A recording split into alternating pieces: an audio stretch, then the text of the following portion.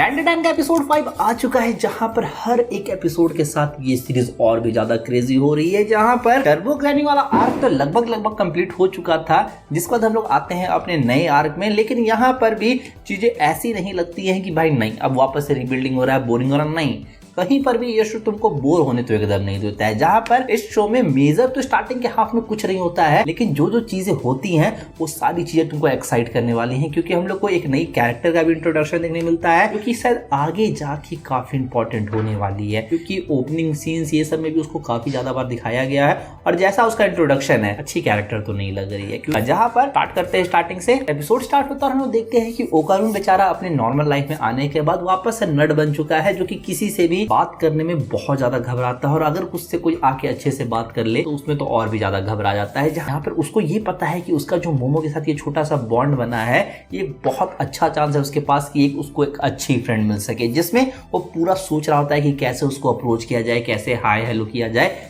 क्योंकि भाई मोमो है फेमस अपने स्कूल में लड़कों के बीच में भी। यहाँ पे इसी कंपैरिजन में जब हम लोग मोमो को देखते हैं तो हम लोग को पता चलता है कि देखो हो ना हो मोमो के अंदर भी लव वाला छोटा सा सीन तो आ चुका है ओकारून के लिए, जो क्योंकि हम लोग एपिसोड में आके जब देखते हैं तो ये चीज थोड़ा थोड़ा और कंफर्म हो रहा है, जिसमें मोमो उसका वेट कर रही होती है गेट के पास, और ये चीज देखते ही ओकारून सोचता है कि भाई मेरे लिए तो वेट नहीं कर रही होगी, मतलब पॉसिबल ही नहीं है कि नहीं। यहाँ पर वो उसको इग्नोर करके फेस के पास से चला जाता है, लेकिन वो सोचती है कि चलो हम ही इसको अप्रोच कर लेते हैं, और वो जाके ओकारून को अप्रोच करती है और उसके सामने एलियंस के बारे में बात करना स्टार्ट कर देती है कि कैसे वो जो पहले एपिसोड में हम लोग को एलियंस देखने मिले थे, कैसे उनमें सिर्फ मेंस ही होते हैं और कैसे उनको बनाना चाहिए था, और उससे पहले उसको मोमो के साथ बच्चा भी करना था। तो वो सही चीज़ से बात करने की कोशिश कर रही थी, और स्टार्टिंग में हम लोग को लगता है कि भाई वो सब फोर्सफुली ये करने की कोशिश कर रही है, लेकिन जब दोनों अपने अपने क्लास जाते हैं तो वहाँ हम लोग देखते हैं कि दोनों के अंदर चुल मची है, जिसमें ओकारून सोच रहा होता है कि भाई वो मेरे से कितना ट्राई कर रही थी बात करने के लिए,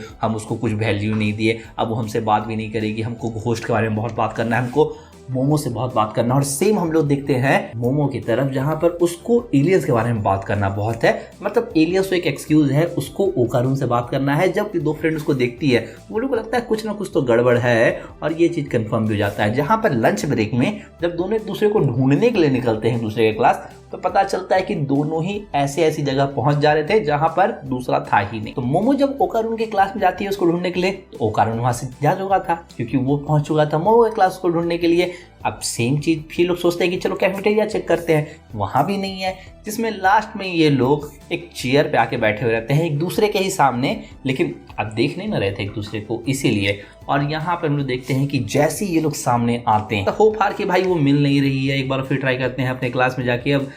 छुट्टी के टाइम देखेंगे, तो वहीं पर हो जाता है ये लोग के बीच में गलती से किस, और यही चीज देख लेती है मोमो की फ्रेंड्स, जहां पर लड़की लोग का तो पता ही है ना। और मोमो जैसे ही देखती है कि उसकी फ्रेंड उसको बहुत ज्यादा टॉन्ट मारने लगी है, तो वो चाहने लगती है कि छी हम ऐसे लड़के के साथ कभी रिलेशनशिप में नहीं आएंगे। और हम लोग को एक बात पता है, ओकारून को अगर आप उंगली दोगे तो वो उंगली पकड़ के नाचने लग जाता है, जहां पर उसका कॉन्फिडेंस वाला हम लोग फेस देखते हैं, और उस पर पूरा मोमो पे वो चढ़ जाता है। दोनों लड़ाई झगड़ा कर लेते हैं, लेकिन दूसरे की पर्सपेक्टिव से तुम देखोगे तो तुमको लगेगा कि नहीं भाई लड़ाई झगड़ा तो नहीं हो रहा है, दोनों एक दूसरे के साथ काफी अच्छे से रह रहे हैं। और यही चीज उनकी फ्रेंड्स भी देखती है और पूरे क्लास में फैला देती है। जहाँ पे मोमो के क्लास में ये न्यूज फैल जाता है कि मोमो को एक ओटाकू पसंद आ चुका है और वो उसको बॉयफ्रेंड भी बना ली है। जहाँ पर हम लोग जब ओकारून को देखते हैं तो वो टॉयलेट गया हुआ रहता है, और वहाँ वो देखता है बनाना तो वापस आ चुका है, लेकिन साथ में जो 2 अंडे होते हैं वो गायब है। और ये चीज जब बोलने वो आता है मोमो को कि मोमो को तुमसे बात करना है, तो सबको लग रहा था कि भाई क्या लड़का है, ओटाकू होने के बाद भी क्या डेयरिंग लेके आया है हम लोग क्लास में। लेकिन यहाँ पर मोमो चिढ़ चुकी थी और उसको वो भगा देती है भला बुरा बोल के, मतलब बहुत ज्यादा भी नहीं, लेकिन हाँ भला बुरा बोल के चल जाती है। जिसमें ओकारून जब छुट्टी के टाइम वापस जा रहा होता है तो एक पिंक हेयर करके एक लड़की उसको मिलती है। अब फिलहाल तो इसका नाम नहीं बताया गया और हम मांगा पढ़े नहीं है बहुत ज्यादा आगे तक, इसलिए हमको इसका नाम नहीं पता है, लेकिन हाँ वो ओकारून से मजे लेती है। जहां पर वो होता नहीं कि भाई लड़का बहुत ज्यादा नर्वस है तो उसको छू रही है, ऐसे कर रही है, और ओकारून बेचारा जिंदगी में कभी लड़की लोग से कोई संपर्क हुआ नहीं है, और कोई लड़की आके छू रही है, तुमको सॉरी बोल रही है, तो मजा बहुत आ रहा है। यहाँ पर ये चीज जब मोमो देखती है तो स्टार्टिंग में तो उसको लगता है साले का तो कोई दोस्त ही नहीं था, ये इतना क्यूटी इसके पास क्यों है। यहाँ पर जब मोमो को सब कुछ समझ में आता है कि ये बस ओकारून के मजे ले रही थी वगैरह वगैरह बोल के, तो फिर वो अपनी साइकिक पावर का यूज करके लड़की को बढ़िया सबक सिखाती है और वहां से ओकारून को लेके चली जाती है, जिसमें जब वो ओकारून को बताती है कि देखो ऐसा ऐसा हुआ था और हमको सॉरी बोल देना, मतलब वो लड़की वाला बात नहीं बताती है, वो बताती है कि वो किस वाला बात से स्टार्ट हुआ था और वो वहाँ के लिए सॉरी बोला कि जब तुम मेरे क्लास में आए थे बात करने के लिए तो उसके लिए सॉरी।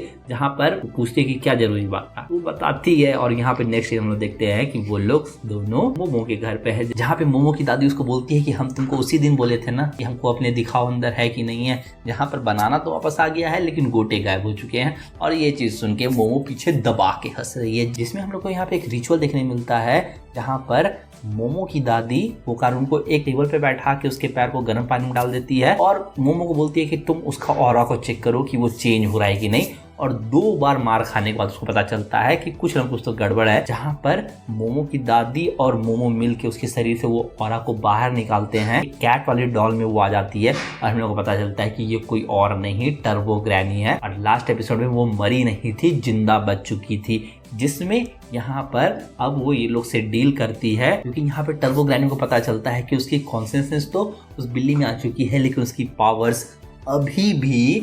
ओकारून की बॉडी में है और अब ओकारून फ्रीली ट्रांसफॉर्म हो सकता है। और ये चीज़ देखते ही टर्बो ग्रैनी को समझ में आ जाता है कि उसका गेम कभी भी बच सकता है। जहाँ पर ये लोग डील करते हैं कि टर्बो ग्रैनी ओकारून के गोटे उसको वापस कर देगी, जिसके बदले ये लोग टर्बो ग्रैनी की पावर उसको वापस कर देंगे और यहीं पे एपिसोड खत्म हो जाता है। जहाँ पर मज़ा आ रहा है भाई, मतलब मेरे को पर्सनली काफ़ी ज़्यादा मज़ा आ रहा है। और बस एक गम है कि भाई इस सीजन में सिर्फ 12 ही एपिसोड होने वाला है, 5 आ चुका है, 7 एपिसोड और है, लेकिन जितना भी दिखाया जा रहा है मेरे को तो काफ़ी मजा आ रहा है। जहाँ पे कमेंट करके तुम बताओ कि तुमको टर्बो ग्रैनी का आर्क कैसा लगा। और अब भाई साहब अपना ओकारून बिना टर्बो ग्रैनी के भी ट्रांसफॉर्म हो सकता है। तो बस भाई लोग आज के इस वीडियो के लिए वीडियो थोड़ी सी भी अच्छी लगी तो वीडियो को लाइक करना, शेयर करना, चैनल को सब्सक्राइब करना। हम मिलते हैं किसी और वीडियो में, तब तक के लिए पीस।